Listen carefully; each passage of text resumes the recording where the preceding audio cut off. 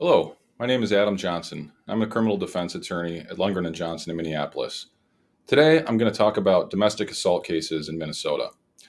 Domestic assault, whether it's charged as a misdemeanor, gross misdemeanor, or felony, is a serious criminal charge that calls for the services of an experienced criminal defense attorney. The domestic assault statute largely piggybacks off the regular assault statute. And what I mean by this is that, like regular assault, domestic assault charges are premised on one or both of the traditional forms of assault fear and assault harm.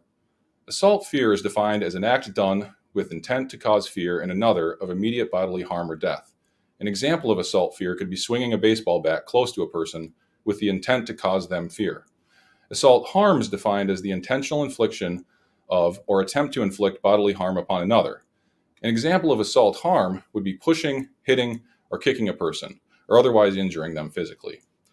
What stands domestic assault charges out from regular assault charges is that in order to be charged with domestic assault, the assault must be perpetrated against a family or household member.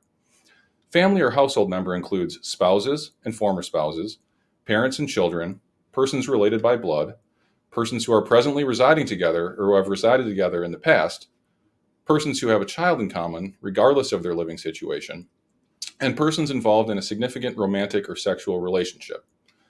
A first offense of domestic assault is typically charged as a misdemeanor, punishable by a maximum sentence of 90 days in jail, a $1,000 fine, or both. One unique facet to domestic assault charges in Minnesota is that, like DWI charges, domestic assault charges are enhanceable. This means that if a person has a prior conviction, their current offense can be enhanced to a gross misdemeanor or a felony, depending on the number of priors. Now, this doesn't mean that a charge can be enhanced because the person has any prior criminal conviction. The prior conviction must be a qualified domestic violence related offense conviction. But these are fairly numerous and include such offenses as a violation of an order for protection or violation of a harassment restraining order, all types of assault, including assaults that were not domestic related, criminal sexual conduct offenses, and others. If a person commits a domestic assault offense and has one qualified domestic violence related conviction in their past within a preceding 10-year period, they can be charged with a gross misdemeanor offense, punishable by up to 364 days in jail, a $3,000 fine, or both. If a person has two or more such priors within the preceding 10 years, they can be charged with a felony domestic assault offense. One important thing to point out here is that there is a separate domestic assault offense that is charged as a felony even when a defendant has no priors. This is the offense of domestic assault by strangulation. And like domestic assault I've discussed, this offense involves a family or household member, but involves the additional element of strangulation, which is defined as intentionally impeding normal breathing or circulation of the blood by applying pressure on the throat or neck, or by blocking the nose or mouth of another person.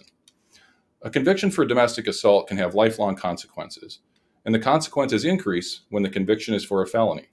These consequences may include difficulty in obtaining employment or housing, ineligibility to own or possess firearms and ammunition, and the general stigma associated with a domestic assault charge. At Lundgren and Johnson, we give each and every case our full attention. We don't spend our days running from courthouse to plead clients guilty. Instead, we investigate the facts of every case, and we put in the long hours that are necessary to achieve the best results for our clients. Our attorneys have a proven track record of achieving successful results in domestic assault cases. If you have been charged with a domestic assault in Minnesota, please feel free to contact us for a free, no obligation consultation. Thank you.